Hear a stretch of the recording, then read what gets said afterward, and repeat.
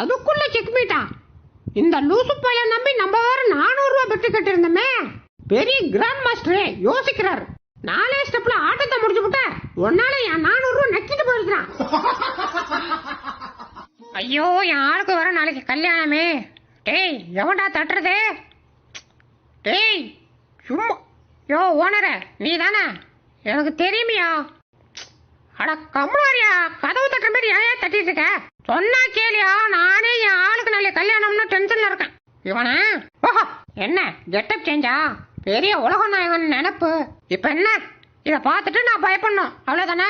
இப்ப நான் நடிக்கிறேன் பாரு. பயமா இருக்கு. டேய், உனக்கு அரிக்குதுன்னு நினைக்கிறேன், இரு சொரிஞ்சு விடுறேன். பாத்துக்குங்க மக்களே, எனக்கு அரிக்கிறது இவனுக்கு தெரியுதான். இதெல்லாம் நான் எங்க போய் சொல்லுவேன்? எல்லாம் என் நேரம்.